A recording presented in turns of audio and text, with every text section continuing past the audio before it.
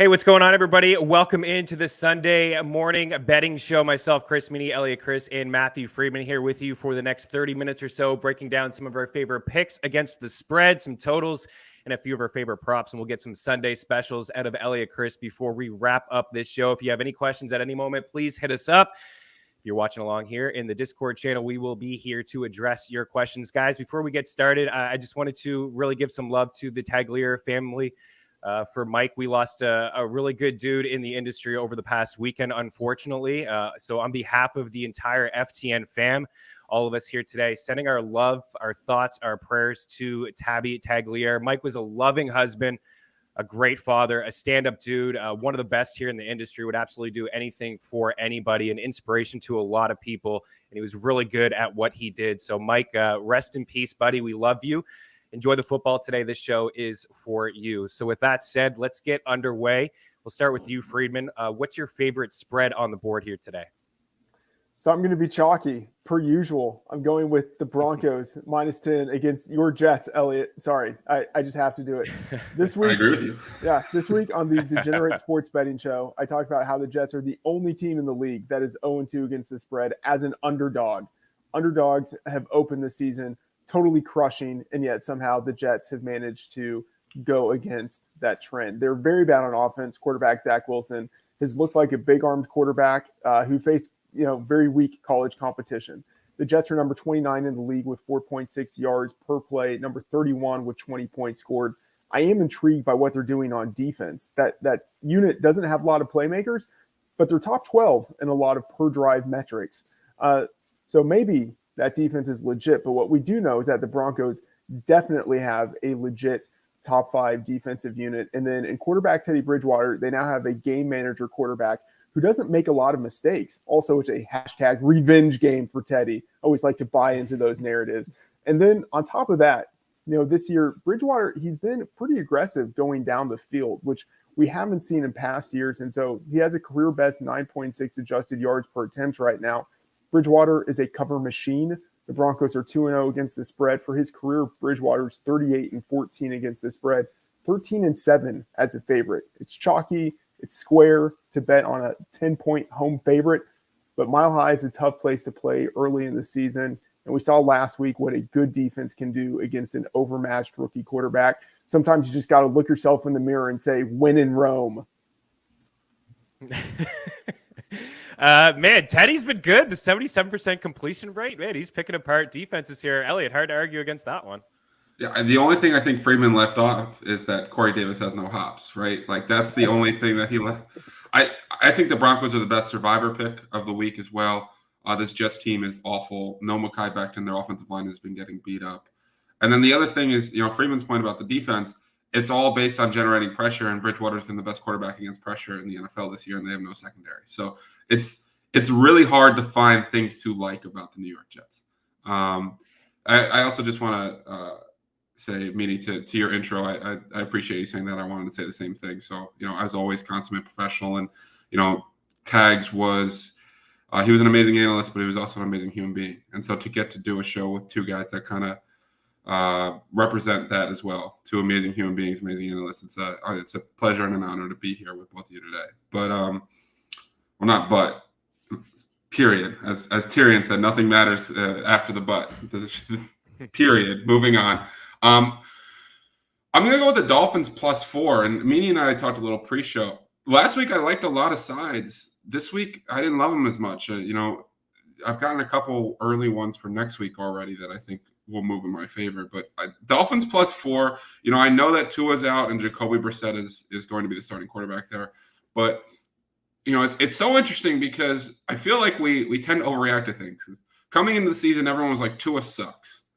And then Tua gets hurt, and it's like, oh, the Dolphins can't win any games. Well, which is it? Because last year they didn't have good quarterback play, and they were a very good team because they forced turnovers. They're going to be able to take away the outside. Darren Waller's the big concern, but I'm not really buying into this Raiders team. I think the defense is overrated. I think that the Dolphins will be able to do a lot, and frankly, I think it's a valuable number at 4, where I think it's probably closer to 1.5 or 2. So don't love a ton of sides, but I think there's an overreaction.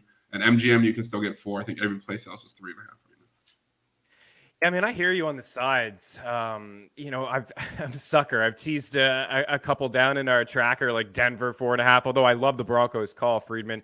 Buffalo to win by a point, like Baltimore to win by 3, Arizona to win by 2. Like real sucker here today with some of the spreads. But one I do like, and a little nervous seeing Eliot rock powder blue hat all week long, and then he comes in here today rocking the Kelsey and the KC. I'm on the Chargers here +7. Justin Herbert.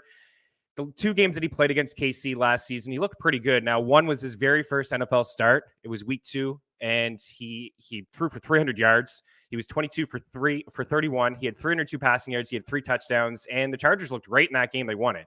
And then week 17, they lost in overtime. That was week 17. KC was resting some guys, but he still looked pretty good in that game, 22 for 33. This KC team, I don't want to say that they're overrated because they're really good. They're awesome. But over the past 13 games now, since November 1st, they've only covered once against the spread. They're 1-11-1. Vegas gives them a ton of respect. They're 0-2 against the spread so far this season. I know this is a division game, and Andy Reid has a lot of history of having success against opponents inside his division. But at the same time, this is a division game, and these two teams are very familiar with each other. And I think that what we saw last year with a couple close games, we could see again here. And I'm just not sold on this KC defense right now. 72% completion rate to quarterbacks is the 6th highest mark in the NFL, 10.4 yards per attempt, the 3rd highest mark. It sounds like defensive end Frank Clark is doubtful. He's not going to play in this game.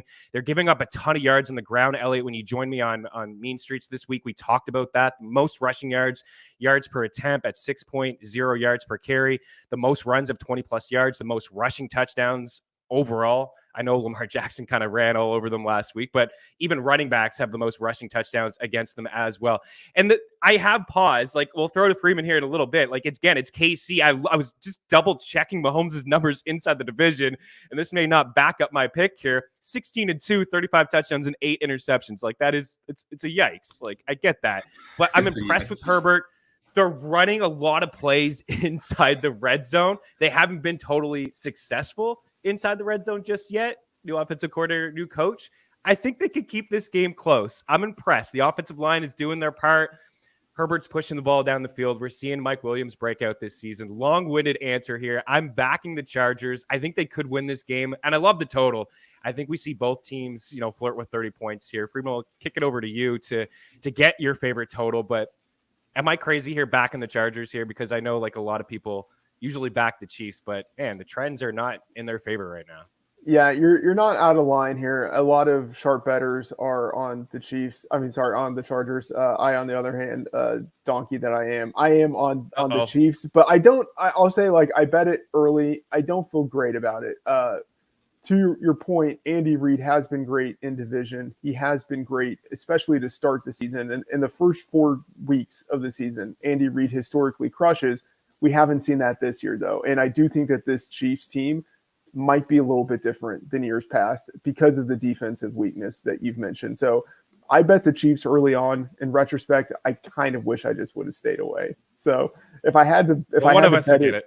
Yeah. So one of us will get it. If I'm looking at a total here, I like the Falcons at the Giants under 47.5. That's the consensus line, although it has moved to 47 at some books. So be sure to shop around. I got this at 48.5. That's where I put it in the bet tracker. So the line is moving down. If you like the under, I think you should bet it now because there's a chance it continues to drop. The reason for the bet, under head coach Joe Judge, the Giants are 13-4-1 to the under. They're the best under team. Best under team in the league since last season. In part, that's because Judge, he feels like the conservative type of coach who doesn't want to do the aggressive things that teams need to do to score points and win games. He would rather lose a close, low-scoring game than win a high-scoring game. And then there's Jason Garrett, who is one of the least original play callers in the league. In 2007 to 2009, as a young offensive coordinator, he was great, but he hasn't innovated his offense since then. It's basically the same thing. And there's a difference when it's Tony Romo doing it in his prime versus Daniel Jones, who still hasn't progressed to the player that they want. And the offensive line isn't helping. Last year, the Giants were number 31, or they were the second worst team in sack rate allowed. And sacks just totally kill drives, and that drives games to the under. And then on the other side of this, you have the Falcons, who are bottom 5 in the league in time, plays, yards, and points scored per drive. They're bad on offense. And then on defense, despite allowing the most points in the league, 40 points per game, some of their underlying numbers are actually decent, or like just hashtag not horrible. They're number 8 in plays allowed per drive, number 14 in yards allowed per drive. So I think this total is inflated because the Giants played well on offense last week and the Falcons have allowed a ton of points. But I expect the Giants offensively to regress in the negative direction and the Falcons on defense to regress in the positive direction. So I'm taking the under here. I think this number should be closer to 45. The people also want to know, Freedman, is this going to be a breakout game for Saquon? I mean, maybe not from an offensive standpoint where they're putting up a lot of points, but potentially we see Saquon's best game this week. Yeah, I think he gets back. I mean, I think what we've seen in weeks 1 and 2 was sort of the plan. And he played 84% of the snaps in week 2. Like, that's really encouraging. And now he has 3 days extra rest. That's great. Tino, enjoy the game, bud. Not going to get a lot of points there today, though. Eliot, what do you got for us? When in doubt, bet Daniel Jones unders too, right? Like Matt's entire explanation is basically the Giants aren't very good at math, the way they coach. But I got the Tennessee Titans over 26.5 points. So that's a team total, nice. Not a game total. I don't know if that's cheating. I could have just said the Cowboys over because I'm going to basically do that every single week, but we don't need to just repeat those numbers every week on the show. So the Titans, last year home game overs, I think were 7-2. And then they obviously didn't go over the first week, that was a kick in the nuts. They missed by half a point with a missed extra point and no points the final 20 minutes. Kansas City Chiefs, of course, I got a -2 last week, and they were up, 13 in the fourth quarter and didn't cover. So that was also a kick in the nuts. But the Titans, what I really liked last week was they kind of got back to their roots. Like week 1 with no Arthur Smith, they ran, I think, 11% play action. That's not good. Then last week they went up to about 30%. We saw Derrick Henry obviously destroy on the ground. Julio Jones didn't look like dust. He looked like himself. A.J. Brown dropped a couple big balls, but, they should have their way on the outside with the Colts, whose corners have really struggled this year. They've also struggled with the deep ball. The strength of this Colts defense was supposed to be the ground game, but they've gotten beat up in like every adjusted line yard metric this season so far. So Lewan should be back. The Titans offensive line is healthy. I really like them to put up a lot. This team scored the second most touchdowns in football last year. I think we forget how good this offense is. Plus, on the other side of the ball, Carson Wentz is going to play. Probably not well, but Carson Wentz is going to play with 2 bum ankles. He had the most interceptable worthy passes in all of football last year. So the Titans could have a couple opportunities with short fields as well. So I really like Titans team total over 26.5 this week. I love that call. Yeah. I mean, how do you sprain both ankles? Man, it just has not gone well for Carson Wentz over the past couple of years. 63 points the Titans scored in 2 games against the Colts last season. Eliot, 1 game, 47. Derrick Henry has run all over that team over the course of his career, much like a lot of teams that he's done. I like the total here. It's pretty high, 54.5. Seattle and Minnesota, both teams allowing a lot through the air. They're both inside the top 12 in terms of passing yards allowed so far. This is a must-win situation here for the Vikings. I don't know. Somebody once told me that the Vikings defense was good a few weeks ago. I have yet to see it. It's certainly their secondary. 77.8% completion rate allowed to quarterbacks so far through 2 games. That is the number 1 mark in the NFL. 10.5 yards per attempt is the second highest mark in the NFL. Guys, what do we know about Russell Wilson? Like, this guy is accurate. There's been games where he's had more touchdowns than incompletions. Like, he's been so good at carving up defenses. 5 different wide receivers have had touchdowns against Meaney so far this season. 2 have hit the century mark. 2 plays of at least 40 passing yards, the second highest. And on the other side, I'm not sold on the Seattle defense either. Cousins has looked pretty good. 595 yards through the air, 5 touchdowns. Russell Wilson, 597 yards through the air and 5 touchdowns. 4 straight games for Cousins where he's had multiple touchdowns and 0 interceptions. And Ryan Tannehill, like, say what you want. Like, the Titans offense, I see what you're saying there, Eliot. Week 1, not great. Week 2, steps forward. they were, they looked like a little bit like last year anyways, running a play action and pushing the ball down the field. And Tannehill didn't have any touchdown passes, but he thought he played pretty good in Seattle, 347 passing yards. It does seem like Dalvin Cook won't play in this game, but I think Madison is fine. Like, he is a capable running back. We have sample sizes of him when he has stepped in for Cook, and he's been okay. Like, a couple games I got jotted down here: 21 for 95, 12 for 69, 20 for 112, 13 for 61, like decent games with at least 4.1 yards per attempt. And Seattle haven't been stopping anybody. And now some of the numbers are a little bit inflated because of what Henry just did against them, but the third most rushing yards allowed so far through 2 games. I think we see a shootout here. I think both quarterbacks have great days. I think we can see Thielen and Jefferson have great days on the other side. It's been a whole lot of Lockett, but I think DK is also in for a great day as well. The target share has been dead even between both of these guys. And this game is in a dome. I think we will see a shootout. Like the first game I talked about, we could see both teams get into flirting with 30 points here, and that would get us over the number. Freedman, what's your favorite prop on the board? Well, I just want to follow up quickly on what you said. Sure. You mentioned Alexander Madison. It seems very likely, per Adam Schefter, that Cook will be out. And so I've gotten a ton of start-sit questions on Alexander Madison. The answer is just start Alexander Madison unless you have like 3 top 12 running backs, which maybe you have the good fortune Must be of nice. having that. But how rich. Fantastic if you're in that situation. But in general, if you have Alexander Madison, I think you're starting him over everyone who's not named like Zeke or Saquon Barkley or something on that RB1, RB2 borderline. So I think Alexander Madison is pretty much a must start. You asked about my favorite player prop. Olamide Zaccheaus, under 32 and a half yards receiving at point bet -115. Look, leave it to me to talk about a scrub wide receiver. This is the kind of prop that I live for. Okay, I got this at 34.5 at DraftKings. It's moved down. I still think it offers value at PointsBet. I would probably bet it down to 28.5, on 25.5. This line just seems way too high to me. Number 2 wide receiver, Russell Gage, is out, so Zaccheaus should see an increase in playing time. I don't think that's going to matter. I don't think he's still going to get enough targets to hit the over. At this point, I would say Zaccheaus is behind Calvin Ridley, Kyle Pitts, Mike Davis, probably Cordarrelle Patterson, maybe even Hayden Hurst. That's 5 guys right there. And what about Keith Smith? Fullback Keith Smith, some like a couple of like targets out of the backfield he gets per game. Like, we are talking about a backup number 2 wide receiver who still might be number 7 pass catching priority on his team. I mean, I love this. In the bet tracker, I said that I think this line should be closer to 14.5. Like, that's probably aggressive.